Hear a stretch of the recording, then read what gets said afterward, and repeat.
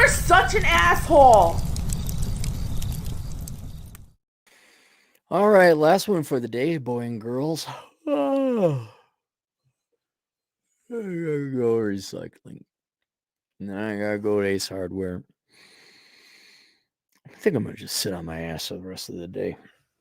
You do construction work or carpentry, you'll get your workout in. You'll be like, I don't want to do anything today.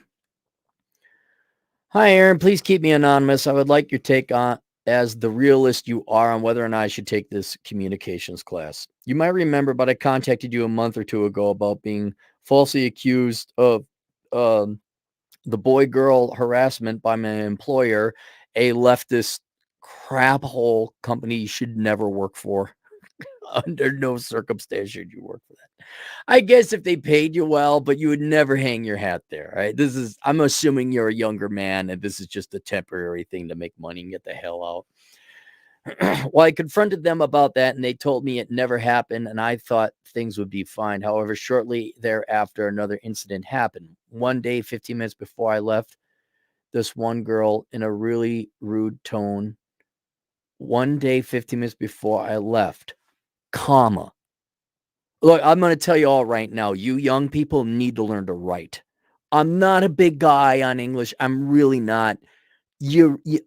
Basic stuff, guys. Punctuation, you all need communication work. And a lot of it is not this just ending voice to text. That's a huge thing right there. That aside, one day, 15 minutes before I left, comma, this one girl in a really rude tone demanded that I go and cover her position, in which I didn't because of how she asked. Maybe I should have, but that's not the point. 2 days went by where I was not talked to by any management about the incident. However, on the third day, a manager that doesn't like me came over and lectured me and my coworker on why we should have covered it, in which I replied that we didn't because she was rude about it. She then said, well, you're not exactly the model employee to be criticizing others. All right, let's stop right here. It doesn't sound like you're in middle or upper management or senior management. This sounds like you're working in an environment, and maybe I ought to do a video on this. You're in the pigs and mud environment. You're working at a cell phone kiosk or a cell phone store. You're working at a payday lender. You're working, I'm trying to think where else people are crap. We're just the crap. And it's not, I take that back. Where everyone has to go as entry level unskilled labor and you are surrounded with the dregs of society. You yourself may be a potential high IQ, off to bigger and better things, but it sounds like you're in one of these lowly employed entry level crap environments. And the way I could tell is you sound like a bunch of little middle school girls. Well, Shanique was saying this and Jessica said that, and I wasn't going to tolerate none of that stuff. That I had a gal, she was in the military. She had the GI Bill and everything. And I think she even had a degree in accounting. For whatever reason, I think she was working at some kind of cell phone store. And here's a obviously superior woman, military, degree in accounting, and she was doing this ghetto trash. Well, Shanae was talking about this, and then LaDasha was. I'm like, whoa. One, why the hell aren't you being an accountant? But then what? She was like disrespecting, and she was rude. And it sounds like middle school BS, girl BS. And dude, when you're in that environment, it should be a temporary thing. You're just there to make your money. And your primary goal is to not get wrapped up in this drama and this BS. Because there's nothing to get wrapped up about. Usually people in these environments have nothing going on. And I've never understood that. Well, they're disrespecting me. Like, why should they respect you? You're trash. They're trash. What's there to fight over? Y'all are pigs in mud. You're all rolling around. You're not rolling around. You're fighting over who gets that mud spot. And to use this environment to your advantage, you gotta understand you're just there for the money, man. And to not get, oh, my boss don't like me. Dude, middle school's over. It's over. Okay. So you go in there, you do your job, you shut up, you ignore the drama and the politics. Now, I agree. Like if she was being rude with you, like, no, I'm not doing that. You didn't cover position or whatever it was. That's fine. But you don't get worked up in, Amy was, you just be like, no, I'm not covering. No. And the reason you should be indifferent about it, because you can find another crap job like this anywhere. The whole point is to avoid the middle school BS drama and to not roll around in the pigs in the mud. And if your boss comes and says, you're not rolling around with the pigs in the mud and covering shifts, like, yeah, fire me. Like, this isn't exact. It doesn't sound like you're the supply chain manager or the supervisor of accountants here. So what do you care? I'm assuming you have bigger and better plans. But regardless of who you are or where you are or what kind of variant of entry-level hellhole you're working at, you do yourselves all a great favor of not getting bothered about, oh, my boss did this and she said that and he said that. Dude, you're paid whatever, $9, $10 an hour. Don't even bother getting worked up about this. And it shows me you got nothing else going on in life that you're all worried about. She disrespected me, y'all. Like, who cares? Who cares if Jessup, the slat jaw yokel at the cell phone store who's high on meth is got a beef with you? Who cares if Ladasha, the single mom, who collects various forms of government welfare, was rude to you? Who cares? They're all pigs in mud. This prompted me and her to get into an argument in which I was professional, point out how I am indeed a good employee to be doing that because I showed up on time every day, do my job with no help, as well as additional duties for roughly half of the day, and never have called out within a year except for a couple times when I was sick. I admitted I was stern in this conversation, but I did not swear or say anything that would have gotten me in trouble. Good. All right. So you're kind of learning a little bit. You're just, no, this is how it worked. No, that's not how it is. And you're not cursing and swearing. Okay, good. I would even be like, yeah, I didn't cover your shift. Like, no, I'm not arguing with you. And so what if she asked you in a rude way, like, oh, okay, fine, I'll cover you. What do you care? What was your opportunity cost not covering for this girl? Did you have some important other thing going on? Cleaning toilets, perhaps?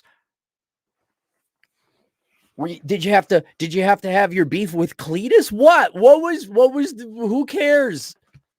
Like, man, if I had one of these jobs, like, I don't care what I'm doing, cleaning toilets or arguing with customers or clients, it doesn't matter. It's not going anywhere. My manager stormed off before I could even finish. All right, this also indicates to me that your manager is like low ranked if the manager stormed off. This is what, like a 21-year-old child that had their fifis hurt. I finished what I was saying, and shortly thereafter I gave them a notice and quit. My mom, okay, now here, I don't know. My mom immediately sided with the employer before even hearing my explanation and suggested I take a communication skills class so this doesn't happen again. Now, my mom has worked in corporate world most of her life and is currently a teacher. I'm not going to listen. I'm already skeptical of the advice your mom has given. And this class just sounds like it translates into corporate cocksucking training. Yep. I can guarantee you that's what it is. Because that's what communications is in the corporate environment. You are to suck dick, suck cock, and kiss ass. And just agree and be polite. The levels we had to go to like, well, maybe that's a harsh verb. Oh, maybe you could polish it. It's like, no, here's how be polite, suck cock, kiss ass, all that, right? When it comes to corporate community, get to the point. Stop wasting people's time, get to the point. That's it. That's all you got to do in corporate world. I am reluctant to do this as my mom didn't even let me give my side of the story before she immediately sided with the employer. This sounds like you still, mom, now you're starting to sound like your mom's a pig in mud. You're going to roll around with her. On top of the fact, she teaches a class on how to be a professional, which I also think translates into corporate cocksucking. Yep. I feel she has a bias that doesn't really care what I think. My mom is also not a good communicator herself, so anytime my brother, father, and I have a disagreement with her, she either storms off or throws a temper tantrum calling us names. Okay, but not really caring to listen to mom. Example, one time when I talked about her about how I had a problem with her, she immediately blew up with me and left the house. Yeah, okay.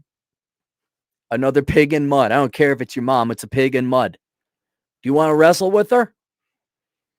She then texted a group chat to my dad and brother, and it blew up. You can all go off together, sit around all day and drink beer, and since you all hate me. Yeah, I won't listen to your mom.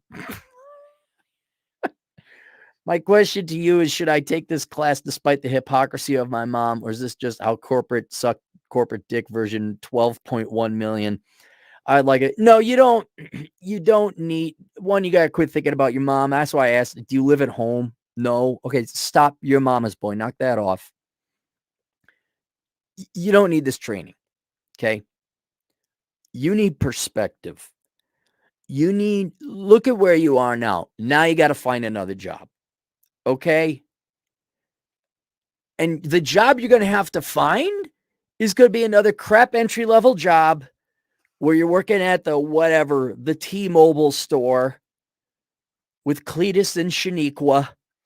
Oh, let's not forget, what's a really preppy, dramatic white girl's name? Madison. Madison. Oh, Madison. You don't want to work with Madison. All right. You got the most worthless, pathetic, dramatic people who have nothing going on in their lives. And here's why I want you. You're going to have to enter this job again, right? Because you're on your way to pay for school or whatever. I don't know what. Walk in and realize you're never getting any of your time back when you work there, okay? The employer is paying you $10 an hour to show up and do whatever.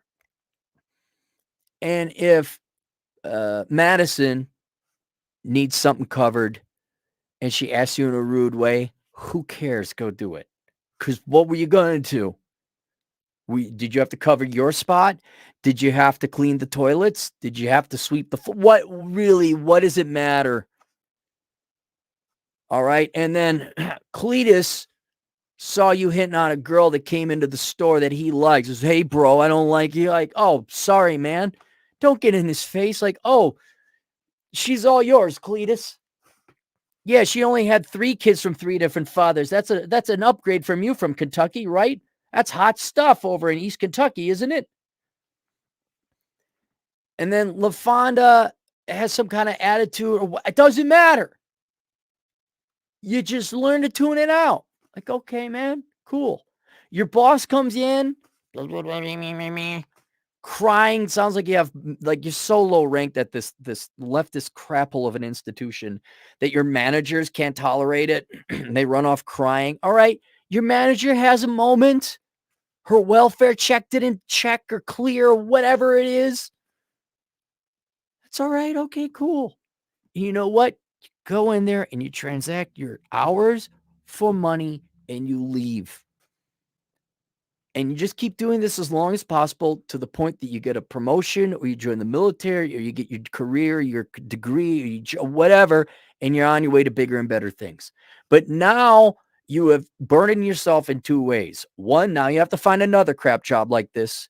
And 2, you let all that drama, that pig and mud drama get to you. And so, I mean, you're not being paid enough money to worry about this stuff, to participate in Drama Island. And so I don't care if people offend you. Just look them and say, like, okay, is the pig calling me rude? Who cares? I'm sorry, I was rude. And you better get a life, because the only reason I think you are bothered by this, because you have nothing else in life. You better be working towards something else in life. It's understandable. You're 20 years old and you do live on your own. That's good. All right. But you gotta, middle school's over, man. It's over. All right. If you guys would subscribe, I'd appreciate it. We're getting close to 100,000. Shark Taz, $10. People need to realize that Cappy is trying to help you folks out. Listen to him. His advice is helping me with my channel and life in general. Learn about money and don't listen to the adults. There you go. Subscribe, guys. Look, Shark Taz was kind enough to donate $10. Click on the link. Subscribe to his channel. Aaron, is it because you paid him? You did. Or he paid you? Yeah, you damn right.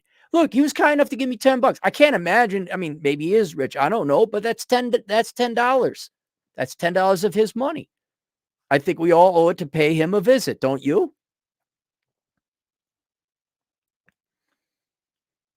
I ain't never been married, man. It ain't ever going to happen. Oh, there you go. All right. Cappy going to go and be a middle-aged man and do his thing. See you guys later. Toodles.